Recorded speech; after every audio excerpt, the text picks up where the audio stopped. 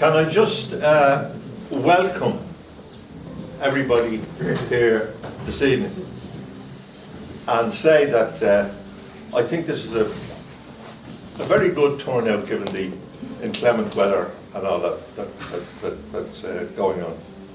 The first thing I want to do is to explain that Kevin McCurry, our director, is not able to be with us. He's ill, and I want to, on behalf of you all, send Kevin our best wishes and wish him a speedy return. He plays a great role in the Desmond Greaves committee. Normally we have one school a year, but in view of the situation where we're talking about the centenary of the murder of Mellows, we thought we'd run a special event to examine that situation. And he has a particular role in that Desmond Greaves' book on Mellows, I think, is regarded by a lot of people as even more important than his work on Connolly, because the book tries to grapple with the social forces that led to the revolutionary period and the different outcome and the role of classes in all of that. And I've been reading up on some of it, and I have to say that some people seem to say that Mellows didn't develop towards socialism, but he rather just adopted it as a tactic to try and involve the working class in the struggle because of the difficulties they were facing, and there was nothing terribly sincere about his views. Now, if you read Desmond Greaves' book, he refutes that entirely and completely, and I think that's largely true. On the centenary of the 1913 strike, there was a film made about it, and in the film there's a scene where James Connolly and Jim Larkin have to sit at a meeting with the representatives of Martin Murphy and not speak. They're not allowed to speak. And the person who does the speaking is a man called Harry Gosling, who come over from the British Trade Union Congress to try and get a resolution. And when they finish, there's a side conference, a caucus, and Connolly and Larkin lay into Harry Gosling for not doing this and not doing that and not doing the other, as people who are not allowed to speak always do. When you have to speak for it, this always happens. And he says to Jim Larkin, "Is there a way of sending a telegram to Mexico?" And Larkin says, "Yes, the GPO is over there." Well, he said, "Go over there and send a telegram to Pancho Villa, because that's who you need to solve the strike, not Harry Gosling." Now, I'm just making that point about the writings of Mellows. They are pre-Russian Revolution. So when people say he doesn't sound like a South, what they're really talking about is he hasn't got the language that took over after the Russian Revolution. But I think his language is very clear. I think his attitude is very clear. I think it's simple. I think it goes to the point. I think he understands the forces, and I think, to put it in modern terms, he gets it. Absolutely, he gets everything about what has to be done and why it has to be done. Our lecturer tonight is Ruan O'Donnell, who is, he says he hasn't heard this lecture himself yet, so I'm looking forward to it. He is, of course, was involved in editing the 16 Lives and done the biography of Pearse in that. He's also an expert on the 1798 period and an expert on modern republicanism. So I'm very much looking forward to what he has to say about the topic. The other thing I want to say is I'm going to hand out, send this around, because we want your names and addresses to be able to communicate with you when we're doing other events. And I want to say also that Desmond Greaves' book is still in print, it's available, And this people, if you come up and you want this piece of paper, tells you that there's a discount of 30% with it, and you can use it. And I hope as many of you as can will buy the book, because it's a wonderful analysis, not only of the man himself, but of the forces that make up this revolution and the complexity of the Irish situation, which I may say we're still dealing with in all its manifestations. So without any further ado, I'll call on Rowan O'Donnell to begin his lecture.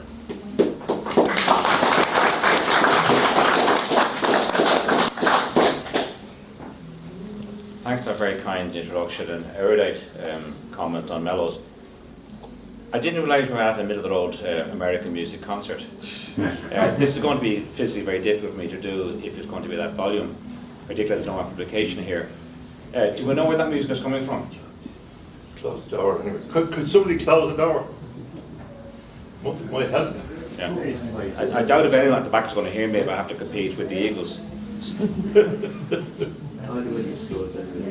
think it's from the street. That's gone now. This is when you need some Focus Street violence to get things done. Off the record, I didn't say that, and no one's here, no one saw me. Okay, I've been asked to speak about being Mellows, and it's a great privilege to do so, particularly in the run-up to his the anniversary of his, I suppose, judicial assassination. There's no point sugarcoating it. This story will end in a bad way with the demise of the main protagonist. And I mean Mellows, hopefully not me, but the way things are going, who knows. So that type of day, it took me 2 buses, a train, a taxi and a Lewis to get here. And after a day's work, and I shouldn't have. Mellows is someone I've always been very interested in. And the first thing I ever read of Desmond Greaves was his very fine biography, which he regarded as his best work, which appeared in 1971. Now, there's a little bit of historiography about that, which I won't get into any great extent tonight. I want to cover a lot of other ground, and I'm going to cover a lot of ground. Is that the excuse that Greaves has taken Mellows was not exactly embraced by those involved in the writing of Irish history and the presentation of same, was that it wasn't an ivory tower academic publication, it wasn't properly footnoted, that type of thing. Now, some of those criticisms can be valid if a book is amateur night, and we've all seen those well-intentioned hagiography, whatever, or a hatchet job. It can go both ways. But that is patently not the case with the Mellows biography produced by Desmond Greaves. I would suggest that the fact that it appeared in 1971 from a left-wing publisher is not immaterial. It has never received the attention it deserved, and it's actually fairly hard to get. Mellows was not the most typical member of Owen Heron or the Irish Republican Brotherhood or even the Fianna Éireann, but he was a prominent member, very prominent member in all 3 organisations. So in a way, his loss makes him particularly interesting, if I could use that word in this context, because what went with him to the grave, shot by a Free State firing squad, was a different take on the Republican Socialist interaction. And after him, and he succeeded Connolly, one of his mentors, who he knew very, very well and was heavily influenced by, clearly, and acknowledged so. We're now then looking at Padre O'Donnell, and in more recent times, Seamus Costello, and there are others, there are indeed others, and there's different threads, particularly when we get to the 50s, 60s, 70s of that tradition. But the loss of Mellows was definitely a major one. It made a difference that he wasn't there in the 30s. That's the way I'm putting it in a nutshell. I would contend anyway. Now, in his 30 years, he had an extraordinary life. He reminds me in a way of the frenetic, peripatetic Roger Casement, in the best sense of the words. Because he seemed to be writing things morning, noon and night. He travelled wildly and widely, and that's another thing he had in common with Casement, and was a very effective advocate. I mean, we have actually a lot of information on Mellows. And it's to be regretted that modern methods and modern sources were not available to Greaves, because his book would have been even better if he'd been able to access some of the things that we now know and can say on the basis of first-hand testimony, which, while of course has to be subjected to the normal rules of academic rigour, interpretation and feelings about things, it is nonetheless, there's a big archive there. Now, there's been a more recent book by Conor McNamara, which is a very fine book, and Conor's done a great job of bringing together some of Mellows' writings, but to the best of my knowledge, there's still no complete anthology of Mellows' writings. And that should happen at some point.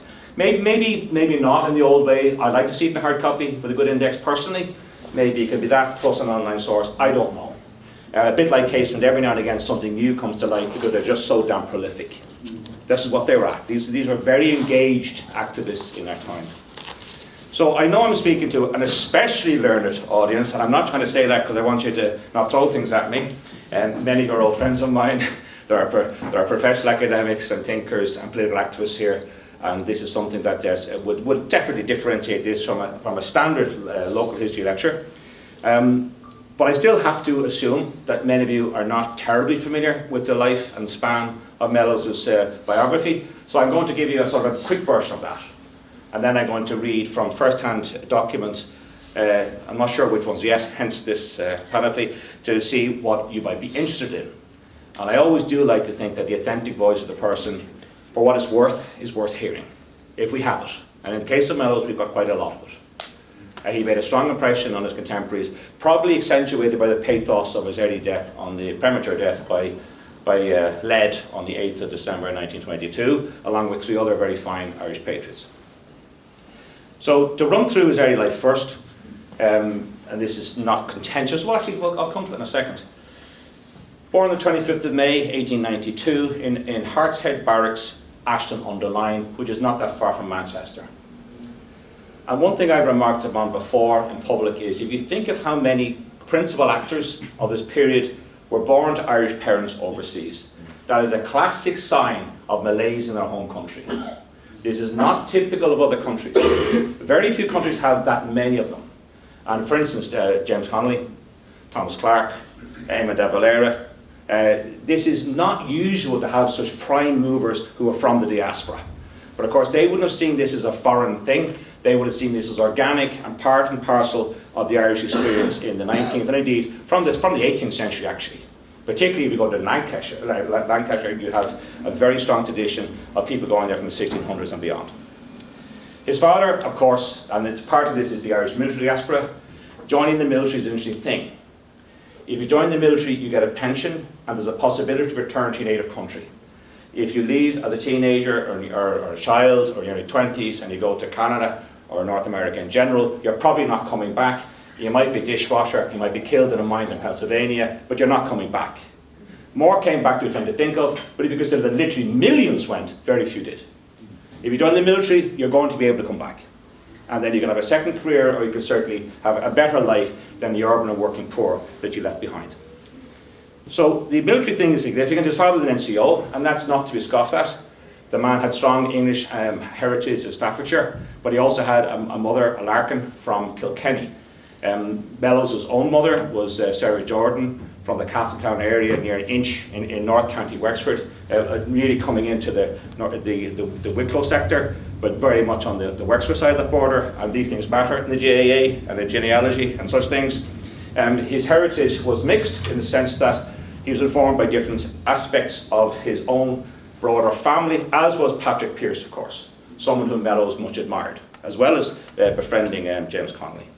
And that's not unnatural. That is actually the way it should be, in my opinion. His family in 1895 came back to Ireland for a period, ultimately a significant one. And if you have a look, and I often do this to torment myself at Wikipedia, according to last night's Wikipedia, I kid you not, William Joseph Mellows, now they do say Neil Mellows as well, so I'm going to give him that pass, was an Irish Republican, yeah, and Sinn Féin politician, I suppose. Born in England to an English father. An English father gets repeated a few times, did this. Okay, fair enough, we'll call him English, although some people suggest he's born in the Empire, but we won't argue the toss about that. And an Irish brother, well, thank you. He grew up in Ashton-under-Lyne. Well, he left Ashton-under-Lyne when he was 3. Now, call me pedantic, but I wouldn't say that he's growing up.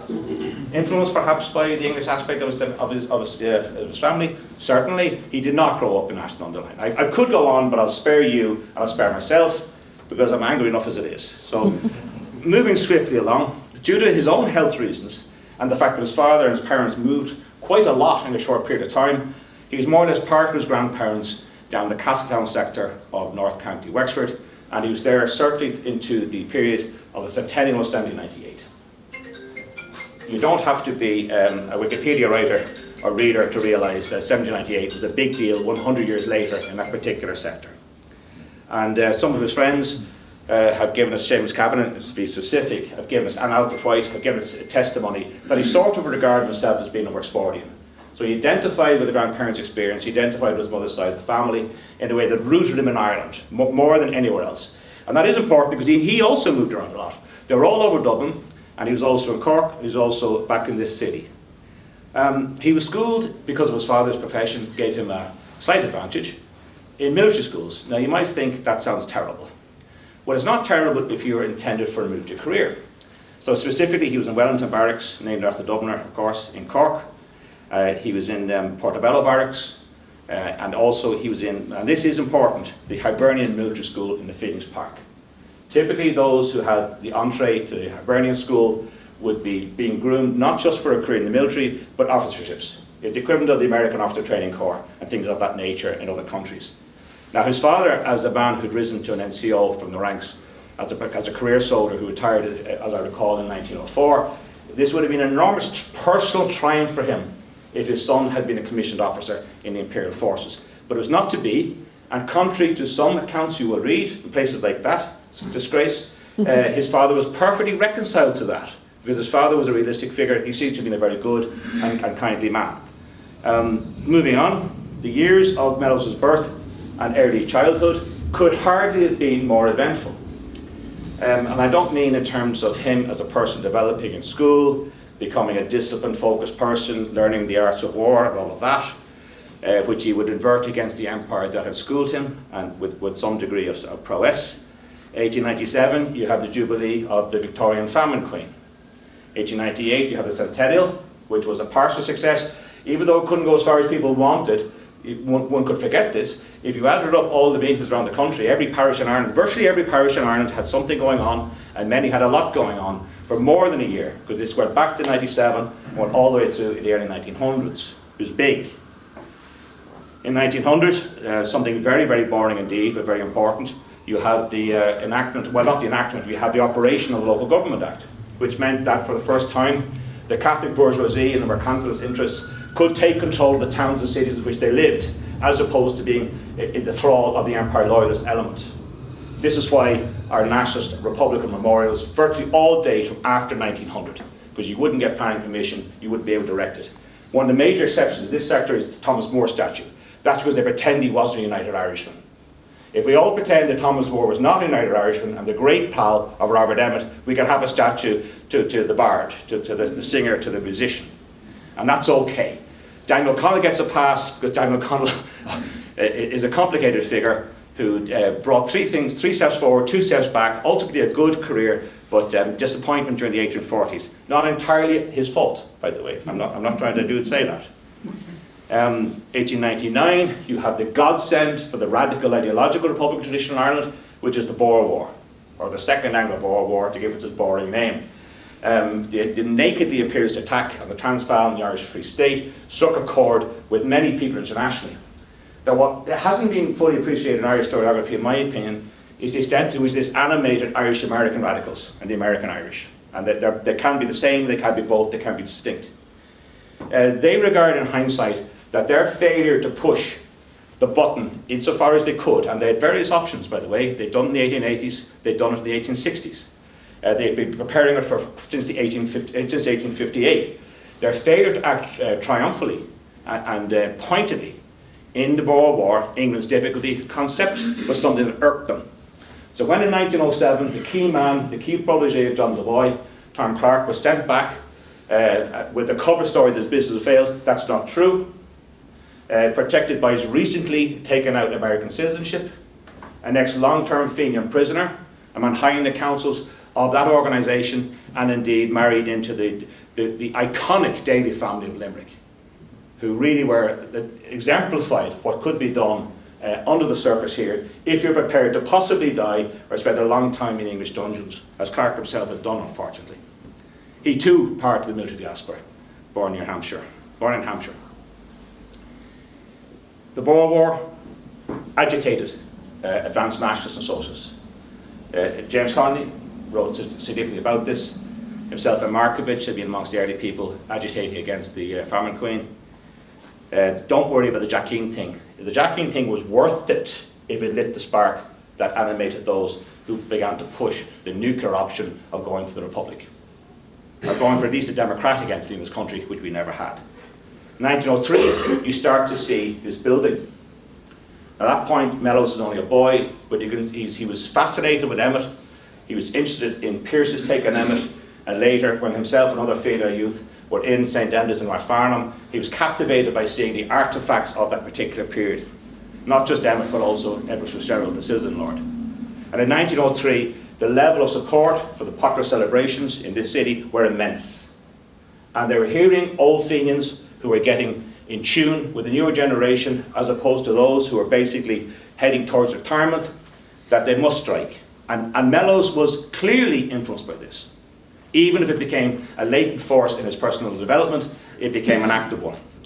Now, by 1907, he left school. He wasn't going to have a military career after all, and he had various jobs as a clerk in different manufacturers and businesses in this city, including as close from here to Dunere Street. Now, as many of you will be aware, Dunere Street and Fleet Street has a very deep history with the Irish media, but not just the main sort of papers of Daily Record, also the radical press, Irish Freedom, which was the thinly disguised organ of the revived Irish Republican Brotherhood, and indeed the Irish Volunteer, and many, many others. We know that in 1911 he went into the office of Irish Freedom and he met Bulmer Hobson, the radical Belfast Protestant of nonconformist heritage, who had extensive family links later on in Limerick City, and I actually met his daughter, which was quite remarkable. But moving along, he also met Con Colbert, Seamus O'Rian, he met Eamon Martin, he met the upper tier of the youth element who were being cultivated by the adult IRB as effectively an intellectual ideological vanguard. And they would be seeded into other aspects of national, socialist and republican life to push things forward in a furtive and with entirely illegal objectives, advanced where possible by legalised means. Without diverting too much into the history of Na Fianna Éireann, they recognised his talent. Now, he's a very useful person. He was highly intelligent, articulate, charismatic. He was somewhat photogenic. A lot of the photographs he looks a bit funny. That's why he's not wearing his glasses. If I look at you like that, I can't see any of you. You know what I mean? So I'm going to look funny. I'm not photogenic anyway, at the best of times. So don't be fooled by those stern looks. He's got a military gait to him. And he impressed people. And time again, the personality of Mellows is something that people feel necessary to record. Not just what he did, but how he was, how he spoke, how he looked, how he presented and carried himself. He was an impressive young man. Now Hobson, for people like Hobson, and indeed those he cultivated already, in the best sense of the word, like Colbert, this is perfect. Markovich was enamored with him, thought he was a terrific young guy, and when it became clear that he was prepared to go full-time for Na Fianna Éireann as an organiser, to expand their remit beyond the Dublin City sector, she was delighted, because they basically didn't have anyone better who was prepared or able to do it. Now Pearse had promoted the Fianna. Pearse is behind some of this. Caseman's moneyed interest, friends and associations and linkages bankrolled Mellows' outreach. And he's back down to his, what he would regard probably, or allegedly anyway, as his native County Wexford, to found New Slua of Na Fianna Éireann. Now, of course, the whole point of someone like Mellows was to bring him into the leadership element of the Irish Republican Brotherhood, the deeper revolutionary conspiracy, and that happened in the period of 1911 to 1912. That year, the Parliament Act, the powers of the House of Commons, and particularly those of the House of Lords, more pointedly curbed, which meant that this is the triumph of the IPP, by the way. Other things are not, but the Parliament Act is the highest, for me, is the highest achievement they managed to land. Meant that the 1912 Home Rule Bill would, unless the British reneged, and who knew that they might renege, by the autumn of 1914, deliver some form of devolved Parliament back to Dublin, and that was Home Rule. Now that, of course, excited our friends in the north, and excited intellectual unions like Edward Carson and others. It excited the Empire Loyalists here, and indeed in the UK. The absentee landlord class were also quite concerned about this type of things. I mean, we're not long after the likes of Clanrickard, who no country deserves a Clanrickard, But he barely set foot in this country, so maybe it was well without him. But he owned a lot of it, and he exerted considerable influence, which changed the nature of the Land Acts by his constant legal appeals against the Land Acts. That's a different lecture for a different time. So to say that Mellows had come into the situation when it was all kicking off, to use a crude sort of a term, is an understatement. By April 1913, he was doing that work full time. He's already in the IRB. Now, there is a sort of a false argument here, which is in some of the writings about him. Was Markovich undermined by Mellows doing primarily IRB work when he's pretending to be Fianna? Well, he wasn't pretending to be Fianna, because they're one and the same thing. If you read what I have, and many people here have, Don and Greaves did, if you read what Mellows said about the function of the Fianna, it was to produce people exactly like him, with the view of bringing things forward. Now, you don't all have to join the Fianna Éireann, then join Óglaigh na hÉireann. That is not necessarily the trajectory that must be taken by everybody. But the sort of, not Gaelicization, but the sort of republicanization of Ireland was absolutely what they were at, on both sides of that equation. In the course of 1913, September that year, he met, with Markovich, he met James Connolly, in Tuam, I believe. That was something that impacted on him very heavily, and he became a close friend of the broader Connolly family themselves. And people can often overlook that fact. You can have a key central figure, but around them, sometimes their blood and their loved ones, there are also people who are of a mind, of a capacity, that are impressive and capable. And his Republican career with Nora Connolly features again later in this narrative. In November 1913, of course, following the foundation of the Irish Citizen Army, which Mellows did not join, because he was waiting for Óglaigh na hÉireann, the Irish Republican Army, sometimes popularly known as the Irish Volunteers, and this is where it happened. In this building is where all these things were decided. The rotunda thing was for the public gallery, with pre-selected officers, all of whom were in the IRB or about to be, including the somewhat reluctant Éamon de Valera, who was in the IRB from then until 1916. That is a sign that the broad front is available, and from it, and sufficient talent can be recruited to optionalise the revolutionary advance.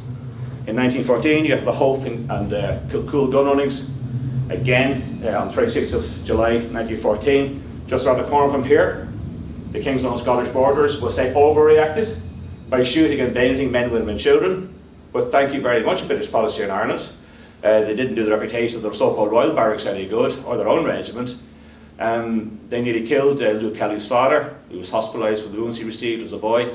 Very poignant photograph on the internet about that.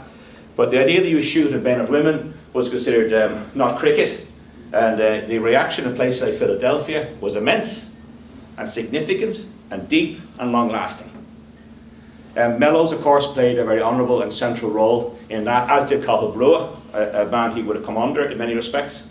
But Mellows and de Valera were jointly involved in the Kilcool operation, which was immensely complicated, and to this day I cannot understand why it worked. Now, it was delayed. Some of you read the stuff very, very carefully. F.X. Martin's great collections on these things will be aware that Kilcool was meant to predate the Hoth, or nearly coincide with. That's not what happened, but they got away with it. They got away with it despite the fact that having ferried those munitions, so the rifles, the Mausers, up that sort of mile-long track from Kilcool Breach up towards where the railway line is, up to the Kilcool town. The vehicle they used to transport them broke down, and Mellows was significant in ensuring that a fleet of taxis from Bray, up Bray, managed to rescue the cargo. So he was acting very much like a young Cathal Brugha, a man of action, of decision, of capacity. He was effective. His stock was constantly rising. And that is the sort of the story of Mellows until he went to America, which I'll come to in a minute. He always progressed. He always progressed in terms of his activity, his ranking, the scope of what he was endeavouring to do in the short term, the medium term, and the long term, because he was always a strategic thinker and a highly ideological thinker who knew exactly what he wanted to do and was quite good at achieving some of those steps. Moving along a bit, Redmond Night split. August, September, particularly September and October, a smaller Óglaigh na hÉireann, but one that is more ideological, more Republican. You couldn't have armed 200,000 men, you couldn't have moved them, you couldn't have fed them. They might have some character of uniform, but is that going to win you the revolution? you're much better off with 5 or 8 or 10,000 volunteers with maybe 1,500, 2,000 who can do things and are trained to do things with the right equipment and the right supplies and the right mentality. And that's what Mellows wanted from the very start. We know this. He had done a period of training in Galway, and Galway was to become an area more or less assigned to him as a special area of designated interest. He had been a training officer in Galway, and the accounts that are extant in the Burden military history are absolutely hilarious to read in terms of this young guy arrives, he's cycling everywhere. If he takes money, he won't spend it on food. If he takes money, he won't spend it on rail fare. Okay, you don't have to be James Stephens again. Like there was finance in the organisation. The Clan na Gael were ramping up, particularly after the successes of the gun running operations. Their man was the treasurer of the Supreme Council of the IRB, Tom Clark. So there's a lot of positives there which this guy wasn't doing. And when he brought them out for a route march, that became a long march and a run at night in the rain. They could hardly believe it. You read about it. It's worth having a look at some of those accounts. He was very impressive because he was very military. And everyone who met him realised this guy is the real deal. And that made him dangerous. Because if you really want to be involved with someone like Mellows, you're going to win, you're going to die, or you're going to jail. There's not going to be, you're not going to glance off this thing. It's going to be heavy. As 1915 came around, he was detained. He was on the radar of Dublin Castle, of course, G Division, and of course the RIC, the paramilitary police force, which is not a civil police force. They arrested him in Wexford on the Defence of the Realm Act, draconian legislation that would never be tolerated in a proper democracy. Well, not that Britain was pretending to be a democracy, if they weren't. So fair enough, we'll give him that, I suppose. He had a sentence which he spent in Mountjoy, and ultimately he was 3 months there, as sure many of you are aware. Now this sadly would not be the last time he was in Mountjoy, and on the final occasion he was no longer with us. On the first 1 month after incarceration, 1st of July, Pearse gave his incendiary talk at the grave of Donald Rossa. And if anyone didn't know that there was a cadre of people at least who were determined to strike in the near future, they weren't listening to Pearse, or they didn't know what he said. It's not rocket science in those days. And suffice to say that Mellows was moving towards his period of striking. He was rearrested on the 24th of March 1916. Now, by the way, I should point out, that's a week after the very successful St. Patrick's Day's manoeuvres in this city, when all 4 battalions turned out in force and did a dry run for the Rising. And I've often said this, if the 4 battalions, who were then at full strength and armed, and took over the city for hours, if they'd gone in then, we would have had a much bigger Rising. Now, would there be a better outcome? Almost certainly not, but that's not the point. I mean, they proved it could be done, and they embarrassed the castle, and they embarrassed the Commander-in-Chief of the Land Forces in Ireland. He was arrested again under deportation threat. On this occasion, he was removed to England, because his dad's English, he must be English, he was born over there near Manchester. He's not one of us at all, despite the fact that he could not be more Irish if he tried.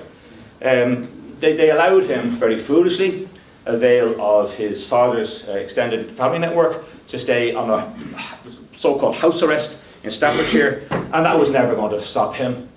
His brother Barney, also a very significant figure in the Fianna and later the IRA, Barney and Nora Connolly went looking for him, and it's a bit of a long story, but effectively they assisted him escaping via Greenock back to Belfast, where he stayed in the house that had been utilised by the Connolly family on Falls Road. A house is still identifiable, still extant. So he's back, but of course he's on the run. So what do you do with a man like that? You send him as quick as you can back to Galway, where he's familiar and has status with the volunteer organisation and the IRB.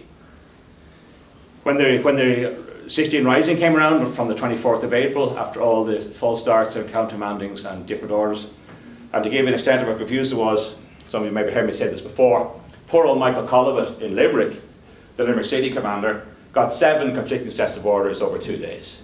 And some of them were given to him by the O'Reilly, who they went back and fought and died up there. I mean, come on. I mean, when Colin Brewer was sent to Limerick and Cork to court-martial the command staff of the local brigades, they were all exonerated on the basis that, look, we know you tried, this wasn't your fault. GHQ really confused everybody, and it was a possible situation. But in Galway, you have a mobilisation that's differentiated from the other fairly quieter ones. There was a big turnout in Donegal, in Derry, and particularly in Tyrone, reinforced by the Belfast volunteers who came out on the train. Followed and accompanied by the RIC, by the way, so you weren't going to be ending too quietly, but of course we know this. The odd was scuppered, nothing was landed at Fenit, nothing was brought up through the Midlands, even though hundreds and hundreds of volunteers were on standby to do all this. Nothing was brought up to East Tyrone for disbursement across the Mid-Ulster sector. Quite prudently, the volunteers decided not to engage the Crown Forces, and that's the same thing that happened in Derry and Donegal, and indeed other counties, where there was quite a lot, but there's much more mobilisation than we tend to think. The two areas that stand out are, in particular, are Wexford, which is his sector, and he helped organise some of that, and Galway, where he was, of course, of the OC. On paper, he had command of the equivalent, and I say on paper, of somewhere between 6,000 and 7,000 volunteers. But that was illusory. That was never going to happen. He definitely had something like 700, 800, maybe 900 at different times, and there would have been others coming in and out as he manoeuvred in and around the Athenry sector. Clarenbridge was menaced without military effect. An agricultural college in Toome, again a place he's very familiar with. He'd been there before. He knew the local volunteers, their networks, their communications. Was occupied. And when British Royal Marines, based from the Gloucester, and others were converging on them in huge strength with massively increased firepower, they did the prudent thing. They withdrew into Clare and dispersed with a view of fighting another day. And this is where it becomes imperative to get Mellows off the picture. Because if he'd been captured, it's very likely he'd been sentenced to death, and it's very likely he would have been one of the very few provincially operating officers in the IRA to be executed. It's quite likely. We can't say that it didn't happen, but he was sort of hitting all the marks that a court-martial would love to make a point of. And then they would have talked about his apostasy and his traitorous behaviour towards his father's family, his undermining the tradition of the glorious British military and all of that. It would have been very easy to execute on half the things he actually did. So, to get him out of Clare, the parish priest in Killaloe and a Cork merchant captain, Captain Collins, and Father Burke, got him to Liverpool with a view to getting him to America. It was often easier to go to America from Liverpool at that time and Glasgow. Now there were shipping links from Cork, of course. There were substantial liner routes and there are many other routes. Limerick City, where I live and work, I was working there today this morning, has direct links with Philadelphia and had since the 18th century, as did Derry. There's many ways of doing this, but one of the most secure was actually to send you into Republican hands across the water, the short water, and then get you across the big one. Now the story of that is actually very humorous. He tells himself in a very, I suppose, engaged, fond way. He was a fiddle player, he was an Irish speaker, he was a bon vivant. Even though he's abstemious, he didn't drink, but he did everything else in terms of being a good company to be in, and charismatic and talented and knowledgeable. So he ingratiated himself in the Liverpool Irish bars and things like that, got to know what seamen are meant to look like, meant to act like, what to dress like. And there's a very funny story when he was trying to sneak on board one of the ships, which he eventually did do.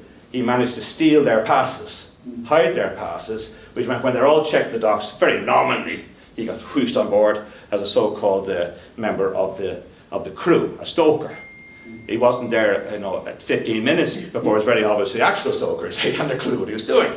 And the accounts of this, which you regaled, also particularly to Sidney Gifford, aka Sidney Zira, aka John Brennan, they're very entertaining and they're poignant because it shows a little bit about his lack of arrogance. And when he got to America, one of the first people he got to meet was Zira, who'd done terrific work in propagating the Irish Republican cause, had founded two branches of Commemoration at a branch of the Ladies' Ancient Order of Hibernians in New York City, and herself and her sister were the first, allegedly, to find the first people to fly the Irish tricolour in New York on Fifth Avenue. And there's a very famous story about that. They're saluted by, as they did so with the back of a tram, they're saluted by the cops of the New York Police Department, who understood exactly what that meant. And that's quite something. Now here's what O'Brennan, aka Gifford, said. He was quick-witted, witty, full of frolic, but still no man I ever met had such a power to influence his companions and calm them. He had no personal vanity, although he was a born leader, unlike some of the others whose heads were turned by the compliments of the Americans. Oh my God, those beguiling Americans. He established himself immediately at the head, as the head of the new Irish colony, that's the 1916 political migrants. And although we did not use any title, he was our commandant, and we always consulted him about what we were going to do.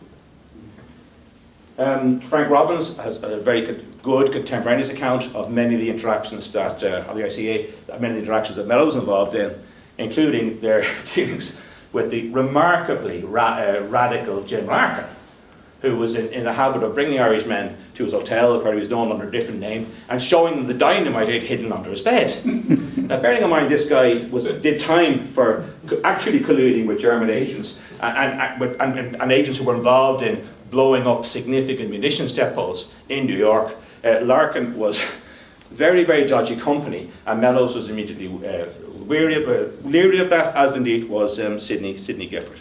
But that's a different story. While he was in America on his enforced sojourn, and it's a huge story, that's one for a separate lecture, and I'm just going to have to really bring it down here. The Americans were concerned, Irish Americans, the Clan na Gael, Joe McGarity in Philadelphia, from Carrickmore Tyrone, the great John Devoy in New York, J.T. Keating in Chicago, and others. They were, and of course, Judge Daniel Cohallan, who was from a Fenian Cork family, and his father had also been in the IRB and Clan na Gael the Fenian brother and Clan na Gael in New York. They were confused by the political events of 1916, 1917, and what might happen arising from the declaration of American congressional interest in joining the First World War, which had been unexpected. The prevailing public sentiment in America were by far the two biggest ethnicities that matters in terms of foreign-born were Irish and what's called German. They're from the whole Germanic nation, but nonetheless, you're all the way to Czechoslovakia, to the Baltic states, in terms of what the map used to look like. Basically, Austro-Hungarian Empire in exile, plus Germany, plus the Irish were anti-war, for all sorts of reasons. Some of them because they wanted America to stay out, some because they sympathised with the powers that were fighting the French and the British. Anti-Britishness was a big part of it. Pure old, don't like the English. Think Scotland, think Celtic, you know what I mean? That was enough for many people, but also there were deeper issues. The argument advanced by people like Casement that Germany should be actually Ireland's ally, and that the Irish should actually fight for Germany, was not accepted in this country or indeed New York. But there were people around that were seeing what could happen in the mid. In other words, would munitions and weaponry, and maybe some additional support of destructive enterprise, a la 1916, would that be available in the event of an Irish push for insurrection? Now, Mellows found himself falling between several stools. Now, there's a lot written about this, and a lot of it is quite instructive. Most of it is. It's all interesting. It's not just that Cohallan was an American-Irish firmly, as opposed to Irish-American, and had views of what the relationship should be between DC and London, even though he was also patriotic in the Irish question. He was first and foremost an American patriot. Not so John Devoy. And John Devoy did not like Mellows raising trouble by getting involved in anti-conscription meetings in America, specifically New York, but not just there, in 1918.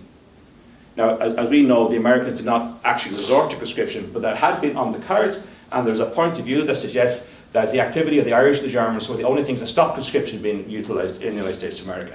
They were expecting a major offensive in the spring and summer of 1919. That's what they were building towards.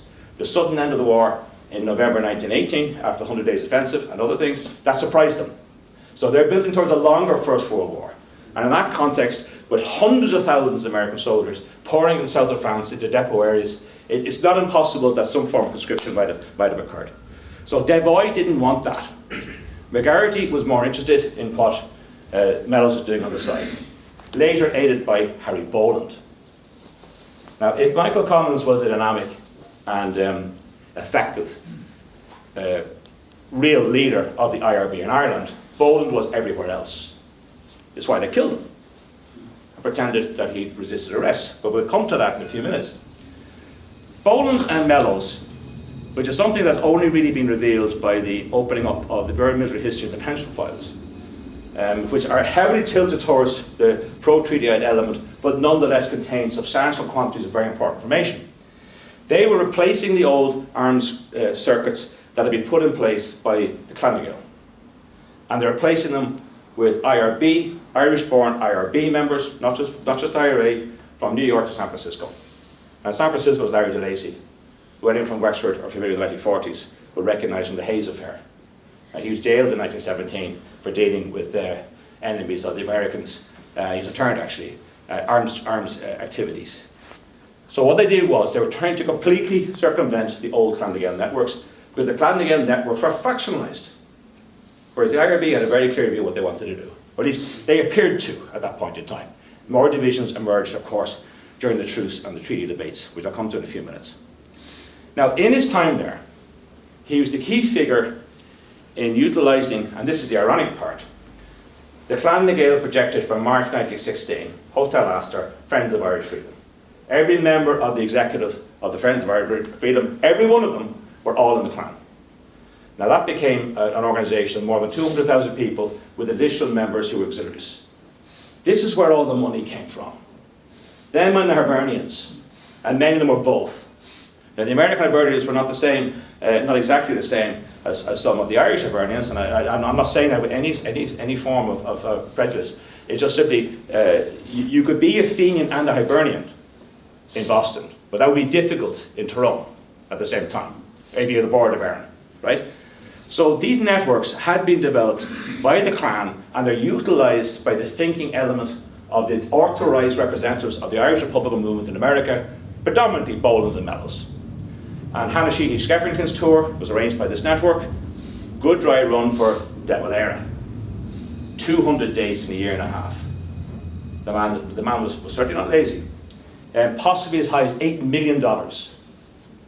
And when people praise the operation of the war in Ireland from 1919 to certainly into 21, this is the money that people like the clan had arranged through their various front organisations, and the events that were the key ones were arranged by the IRB in America with assistance from the clan. When it came to the illegal stuff, the Thompsons, things like that, overtures to the Germans from DC and New York, that increasingly moved from the clan to the IRB. And one of the reasons why, a little bit later on, after Mellows came back, that people like Briscoe and McGuinness were well received in Germany was because of the level of contacts that that Mellows, something on the headquarters staff, had developed over those years. They knew exactly which audience to approach, let alone peel. And they had the revenue streams that were discrete and were separated from those used to buy posters and pamphlets. Although I'm personally a big fan of collecting pamphlets and posters, but you have to sort of weigh up what money is going where, and Mellows was doing that on the spot. To move along, he was ill. He overworked himself and underfed himself to the point of pneumonia. There was a fake story put out, which is quite interesting, that John Devoy neglected him. As Robbins points out, as Sira points out very specifically with inside knowledge, direct knowledge, first-hand knowledge, that's not true. It's just that Mellows wouldn't take the money being offered to him for his personal well-being. He wouldn't take the money that had been set aside for his maintenance, and he should have. He was driven to a fault and actually injured his health to the point that he was temporarily incapacitated from time to time. But that is not the neglect of Devoy, and whoever invented that canard did quite well, because Devoy went towards his grave as it being his biggest disappointment in life that had been said in Ireland that he had neglected Mellows. And that's quite something. So whatever evil swine came up with that, they were quite good at their job. Moving along very quickly, in October 1920 he was recalled to Ireland. Of course the war was on, Town War was reaching towards a higher gear. He was immediately put onto general headquarters and was involved in all sorts of activities. He sent Briscoe and McGuinness to Germany, and eventually three good shipments were landed in and around the Waterford sector with the facilitation of Pax Whelan and the O'Connors and others. And those particular consignments, due to internal politics and sort of careful forward planning, ended up in the hands of the anti-treatyites, much to the annoyance of Michael Collins and people of that nature. But you can do that if you're Boland or Mellows, and other people couldn't do that. In July 1921, the truce. Now, I did promise you'd hear some of the authentic voice while I still have a voice myself. So I'm going to take a sip of water and then I'm going to read you a few accounts. This is from his great friend Seamus Kavanagh. And again, if you look it up in the Pyramid of History, you see the whole account. The last time I saw the Mellows was at the race meeting in the Phoenix Park. My wife and I went to the races seeking to divert our minds from the horrors of the time brought about by the split over the treaty. We'd been there in a short time when we met Liam Mellows. We were greatly surprised, for Liam never displayed any interest in racing. He told us he had come just like ourselves to get away from everything for a short while. He said Dev had been coming with him, but on the way out changed his mind. He thought it would look bad if we were seen at the races while all the trouble was stirring. Dev is another who never seemed to take any interest in racing, nor may I say any other sport.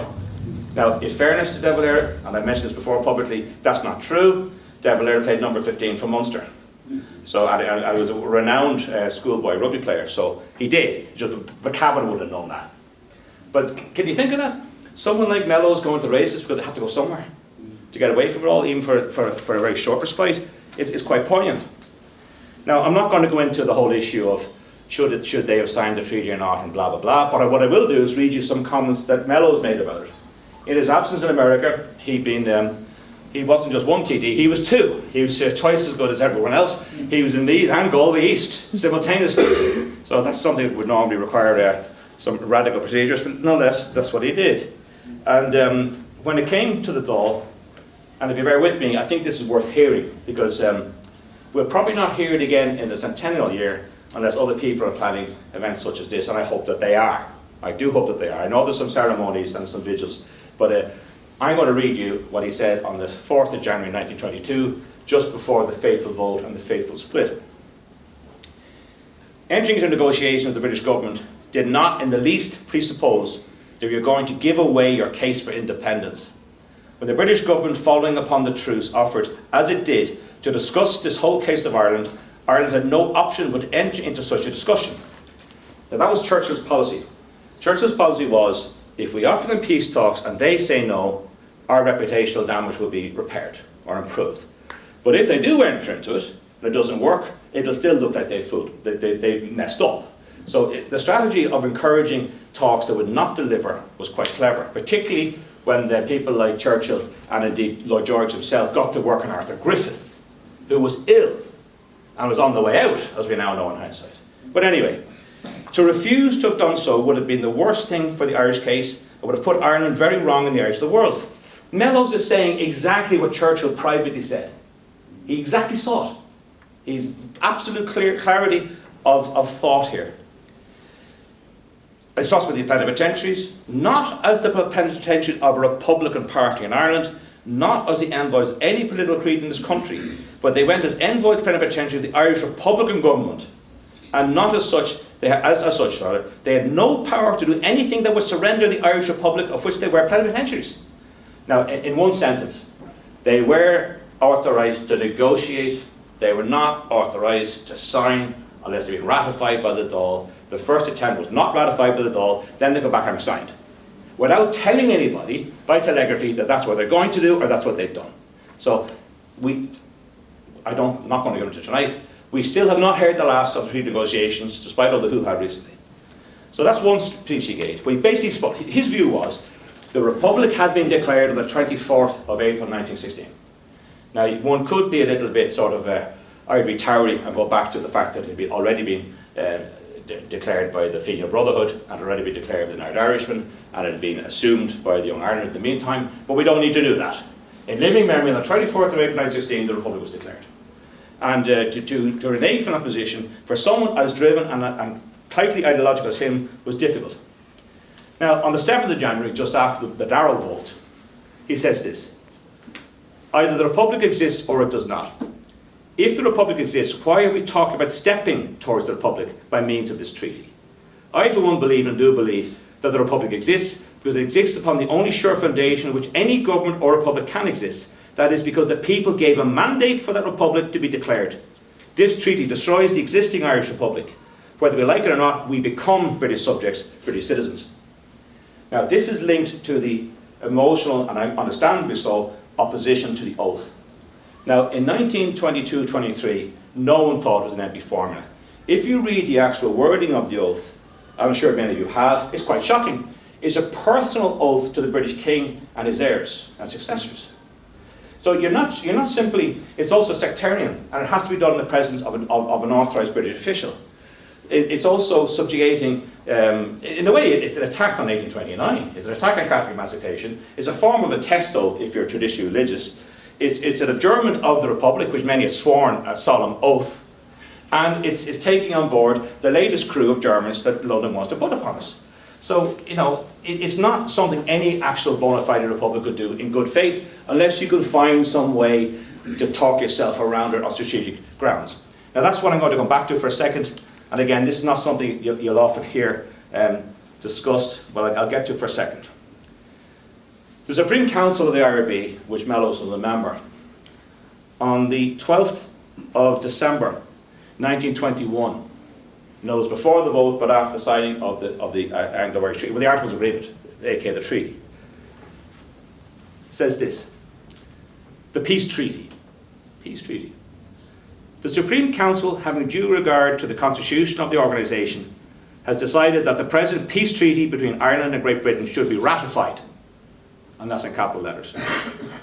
Members of the organisation, however, who have to take public action as representatives are given freedom of action on the matter. In other words, if you're in the IRB and you're a Dáil deputy, you actually have freedom of conscience at the vote, but your organisation has already decided that we're going to do it. Now, this is qualified later on, and I think this is an important thing. This, again, is in the end of the same document. It's quite a long document.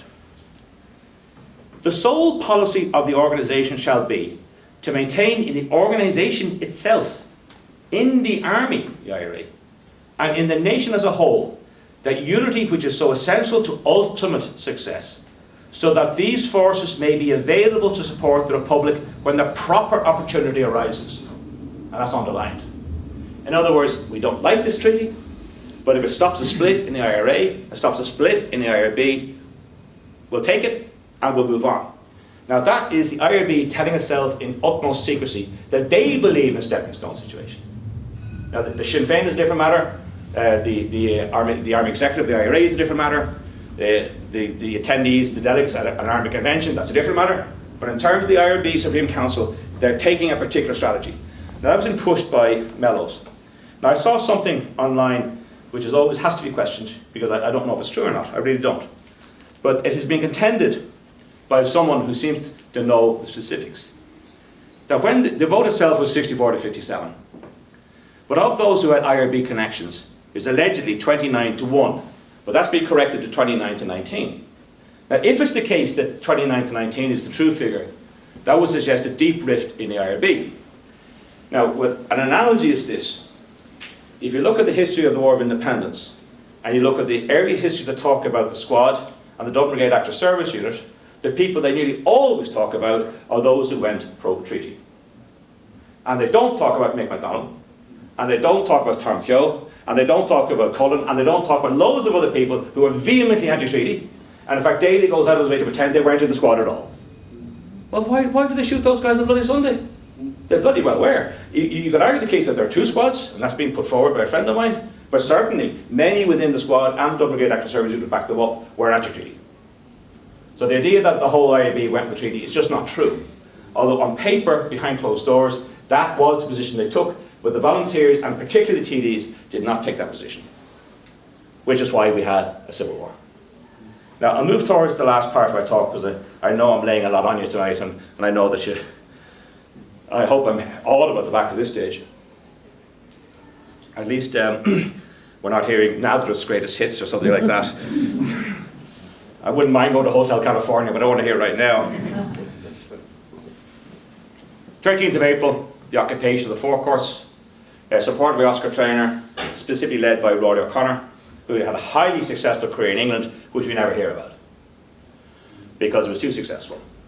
And it was the inspiration for the S-Plan in 1938-39, and it was inspiration for the other things that happened in England in the early 90s.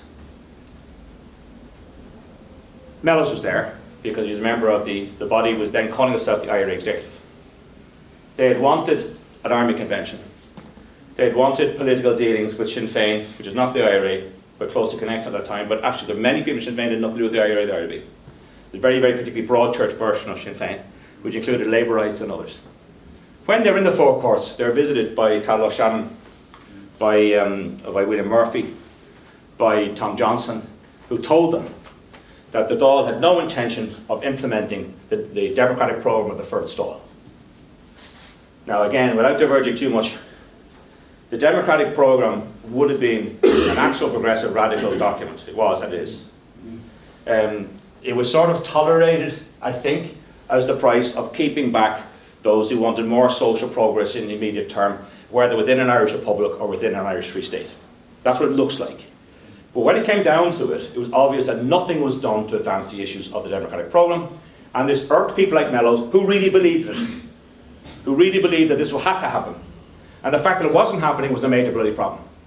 Something he ruminated on when in jail and discussed with his fellow Joe McKelvey, discussed with Pat O'Donnell, discussed with many other people, I'm sure, and reflected on that in a very famous letter to Austin Stack, which I'll come to in a minute.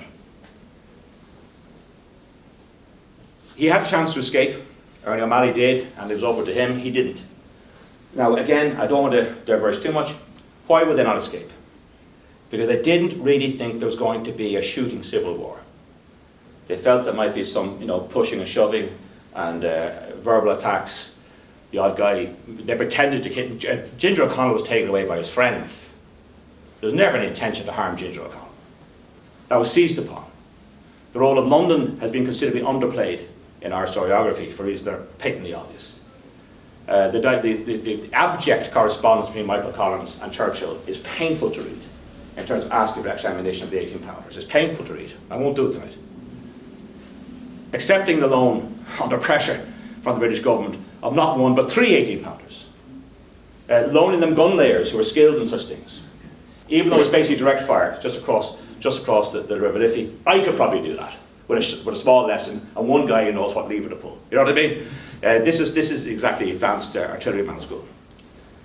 They bombarded the hell out of that place on the 28th of June, much to the surprise of the 4th Corps Scars.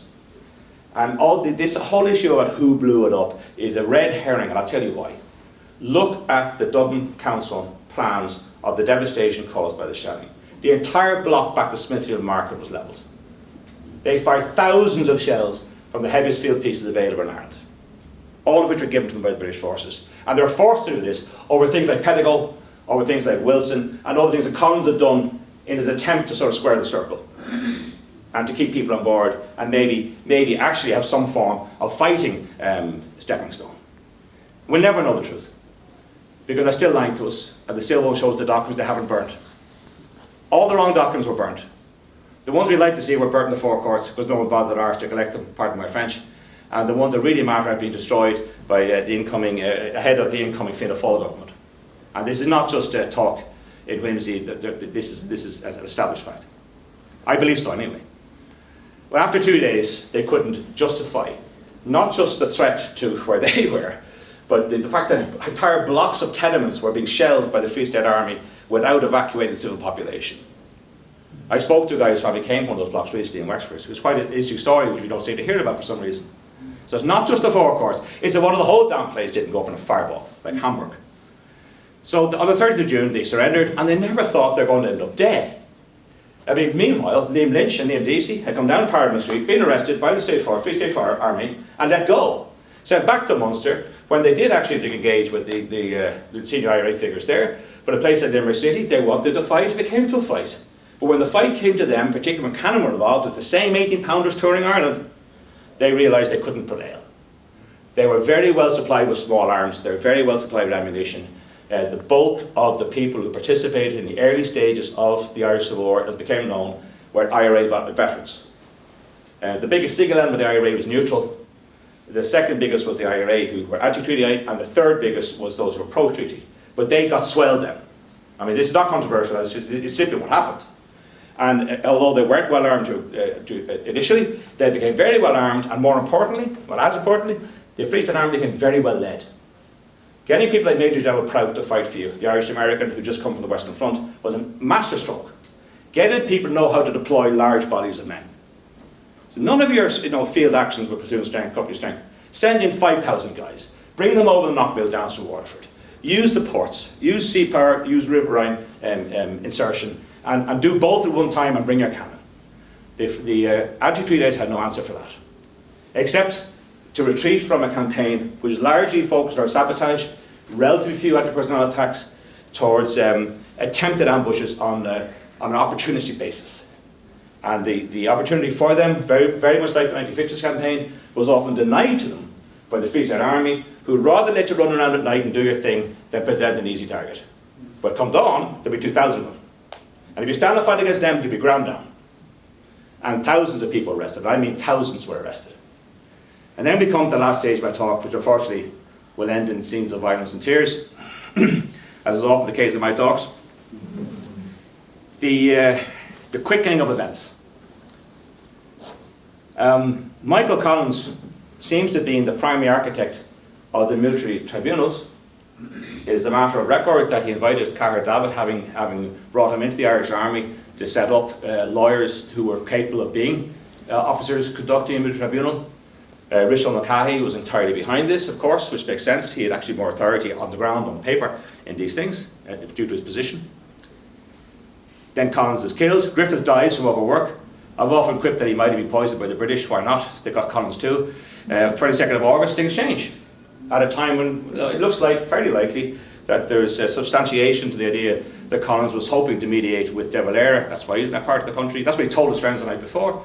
And he ends up dead under highly suspicious circumstances, which people are still speculating about and producing pseudo-evidence when all the real evidence is destroyed or buried, or most of it anyway. On the 24th of August 1922, 2 days after Collins' death, Tom Barry, authorised by the IRA Army Executive, made an overture of peace negotiations with the Free State Government, was declined.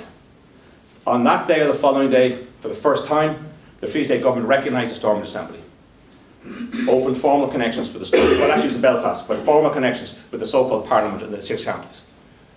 The most immediate result of the death of Collins is that his successors recognised partition. Now, one could argue that there was a de facto situation and a Euro situation, certainly, but in terms of lines of communication with the likes of Craig and the people responsible for what happened in the summer of 1920 in Belfast and previously in Derry, it's quite something. It put people like Frank Aiken in an impossible situation, as you'd expect. Now, just to run through the chronology. In September 22, intercepted letters written from Mellows to Austin Stack, the Kerry IRB and IRA commander, some of whose family are here with us today, to whom I'm related, I'm glad to say, were published by Richard Mulcahy in the mainstream pro-government papers. Now these are the so-called notes from Mountjoy. They've got different names.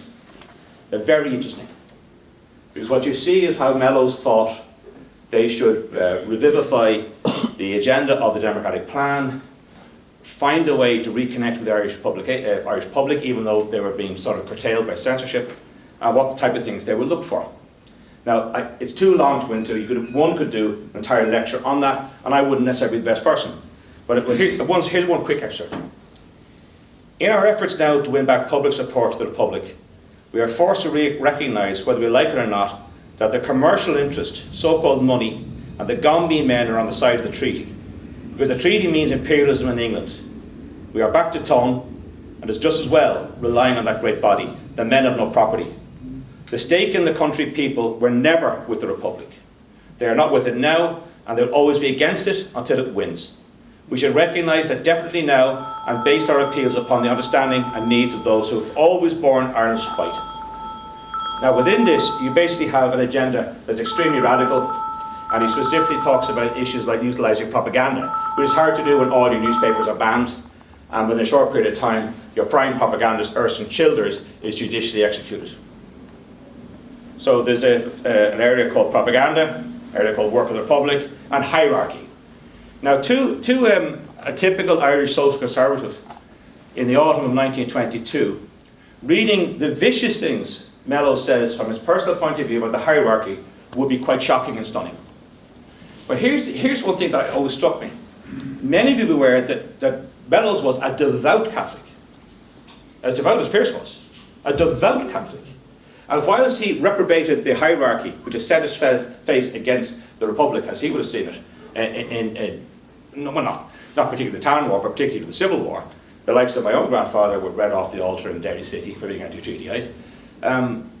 He did not reprobate the institution. He was a devout Catholic, and there's much evidence of this. Later, after he was dead, There's an attempt made to pretend that he refused, what do you call it? Last rites. No, it's not that. The right anyway you get when you're going to be killed, right? I can't remember which one it is. And I suppose it is last rites, yeah. That's not true. Moreover, the man who administered it went and became a cleric in Ferns diocese. So not only is it not true, it's completely untrue. But it's said to make him look like this mad communist. You know, this guy on the edge of all sorts of rational thinking and beyond the bounds of reasonable discussion. Now, the type of argument Mellows is making, in its totality, would have been a hard sell. But it's a position that he'd come to based on his support for the trend exemplified by the democratic programme, which the people who wrote that represented the government that had been elected in the first Dáil in December 1918. So it's not pie in the sky, either is hard to actualise. But not actualising doesn't mean you should not try to do it. Not realising something doesn't mean it's a bad idea. And for Mellows, the ideas would have been very firmly on the far left of the public spectrum, in the social public spectrum. And definitely, it's fair to say, probably pro-communist. So they're that far left. But here's one thing he didn't call for, unlike his friend Lenin. Not Fred, I use euphemistically. There's no nationalisation of church property. The French democracy nationalised church property. The Bolsheviks nationalised church property. But that's not something that concerns Mellows. He doesn't see that as being necessary. And he probably realised that would alienate so many people, they won't listen to us about breaking up the big estates and redistributing them. They will listen about the things that will actually materially affect people's lives. And as a Republican, what you do on a Sunday is your own damn business. It's not the business of the state anyway. If you want to support a clergy or a hierarchy, that's your damn business. But be careful of the hierarchy, because they condemn Tone, they condemn Pearse, and ultimately they condemn him.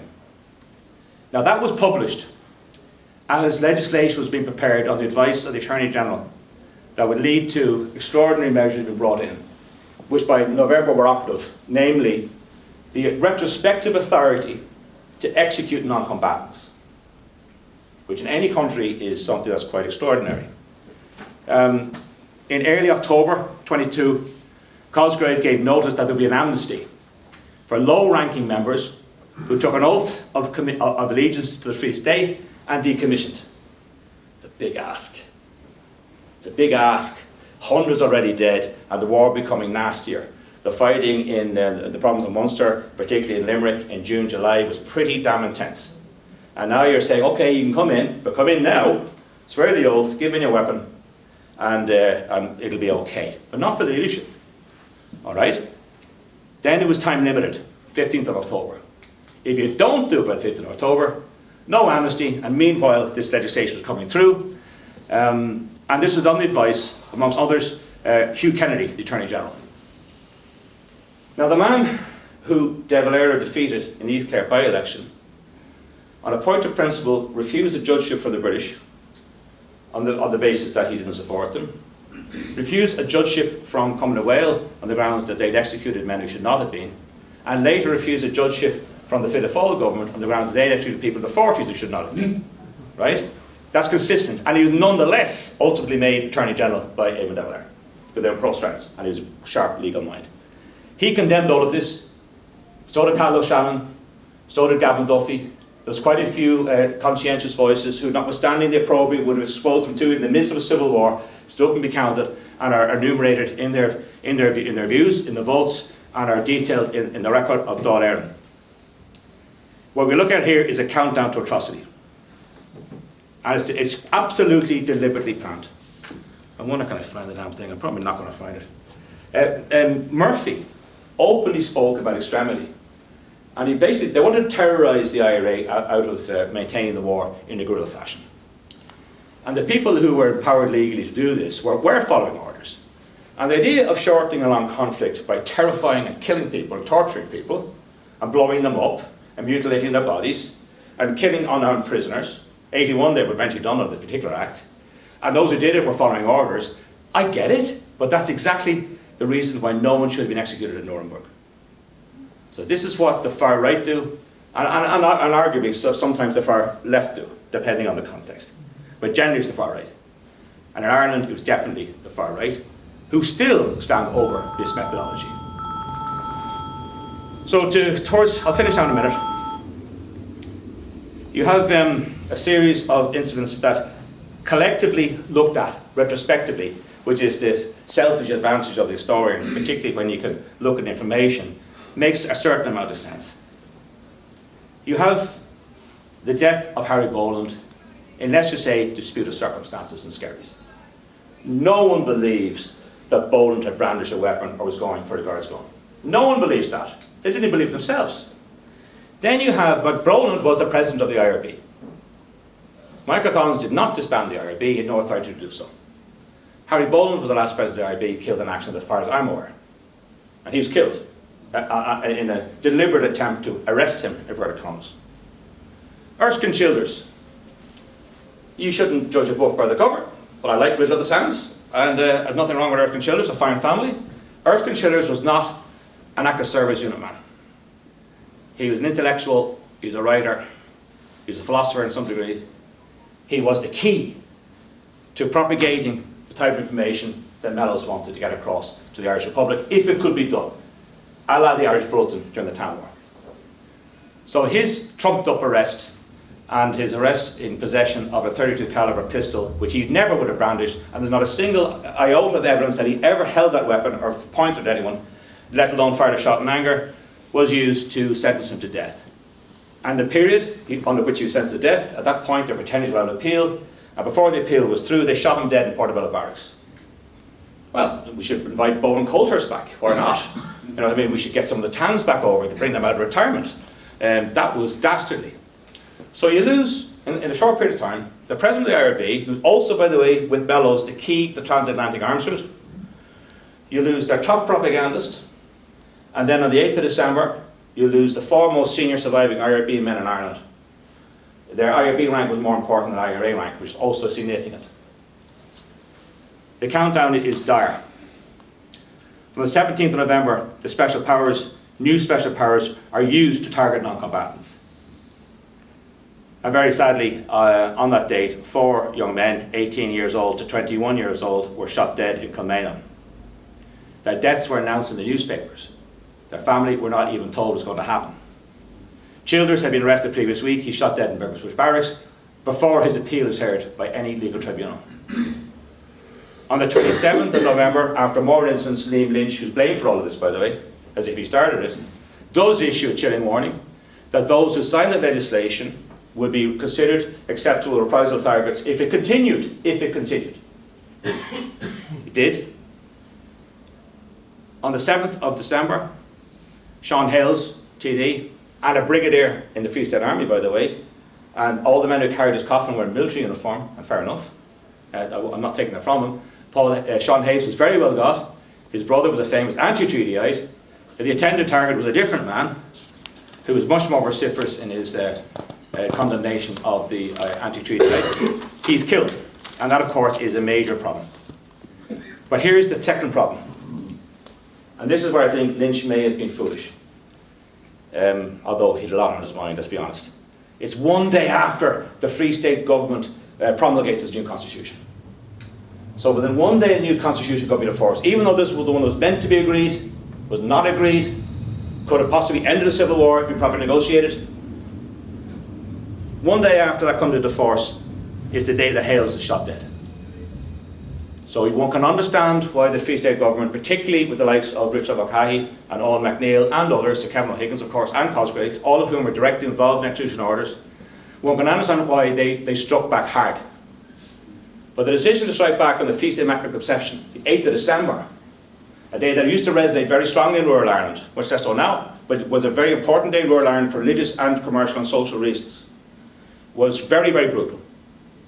No form of tribunal, no form of trial. People who had not been accused of taking armed action, now they were around armed action, no one's denying that. Were they senior officers? They certainly were. Barrett, no disrespect to Barrett. Barrett's an important figure in the IRA, but he's also possibly one of the few people who knew all of Michael Collins' secrets. 2 Cork top-ranking IRB men. So Barrett had to go. Mellows, that's the pairing of, to match up the death of Harry Boland, he had to go. O'Connor, too damn effective. Very, very effective. And McKelvey.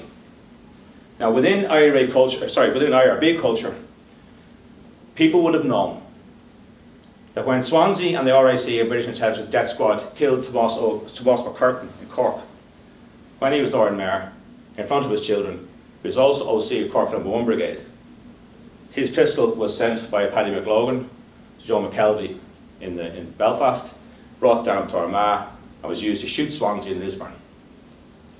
So McCurtain's own gun killed Swansea. At least that is the actual firm, believed IRB account of these things, right? Paddy McLogan features all the way into the 60s, as I'm sure some of you are aware. Also died in mysterious circumstances linked to American arms shipments, but that's a different matter. I won't touch it tonight, I promise. McKelvey, in other words, was a cult hero for a Fenian. The idea of direct personal accountability is a very Fenian thing. If you can get the people directly responsible, do. Kill Wilson, kill Thatcher, kill the people directly responsible, if you can. So their deaths were a body blow to people within the IRB and in the informed circles of the IRA upper leadership, and indeed for their former comrades who've taken, for often very principled and practical reasons, the Free State perspective. Their executions shocked everybody, and they reverberated.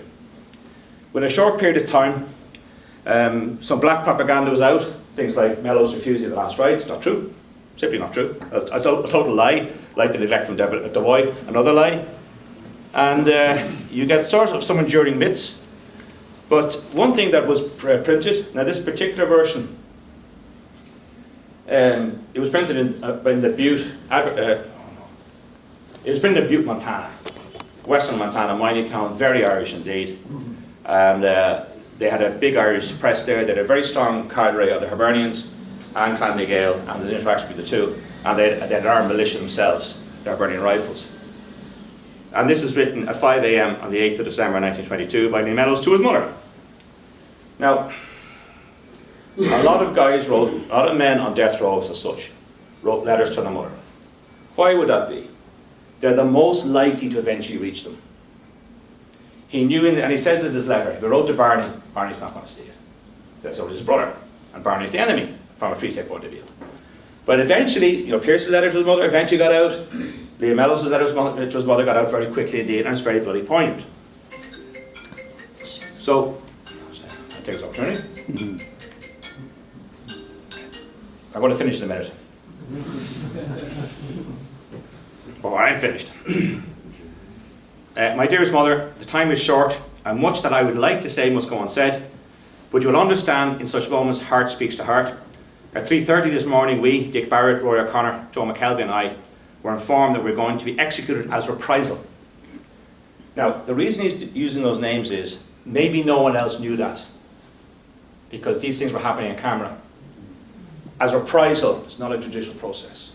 I'm telling you, there's been no sort of formal issue here. Welcome be the will of God for Ireland in its keeping, despite foreign monarchs and treaties.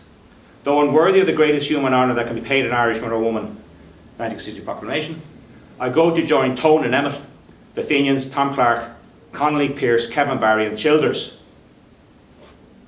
My last thoughts will be on God and Ireland and you. Now he goes on to have some personal comments, and then I'll say this. Okay, let's get to the chase here. Through you, very transparent, I also send another message. It is this: let no thought of revenge or reprisal animate Republicans because of our deaths. We die for truth. Vindication will come. The myths will be cleared away, and brothers in blood will before long be brothers once more again against the oppression of our country and imperious England.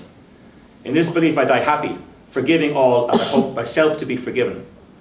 The path the people of Ireland must tread is straight and broad and true, though narrow. Only by following it can they be men. It is a hard road, but it is our road. Our Saviour followed.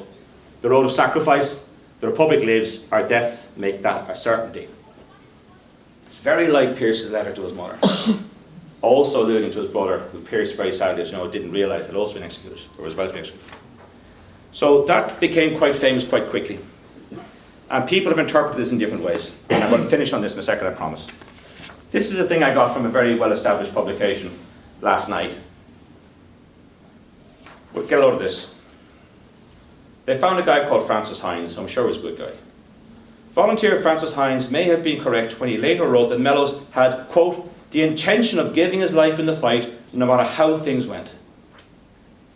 It's ridiculous. It's absolutely ridiculous. A polemicist, a strategy man, an ideologue. It's ridiculous. Then, this is an original copy of the Internal Clan Gael organ of New York, the Irish Republican Bulletin. It's volume 1, number 4. And the reason they do this is because of the date. It's December 1943. And the title is In Memory of the Four Martyrs. To the sainted memory of these, the four martyrs, this issue of Republican Bulletin is dedicated in loving remembrance. Taken from their prison cells 6 months after being taken prisoners of war, put against the wall, and shot on the 8th of December 1922. The foulest crime of the many the Free State was guilty of. That's fighting talk right there. It's 1943. A lot of bad things happened in the 1940s. So I'll simply end on saying there are many people who like to suggest that the real influence of Mellows was his legacy, his political legacy, his inspiration to people like Paddy O'Donnell, George Gilmore, other socialist Republicans, and indeed beyond that. He also had some influence and reach into the radical elements of the Labour Party in Ireland when they were radical and Labourite. But I would agree with that, but I'd also add that he made a very big difference in his lifestyle, in his lifetime. There's a reason why he was shot, and it was him and not another. He had materially increased the capacity of the Free State to articulate his position, and had materially assisted them in acquiring the military wherewithal to do so. He was a very effective, wonderful Irish patriot, and I thank you for allowing me to speak in the week of his martyrdom. Thank you.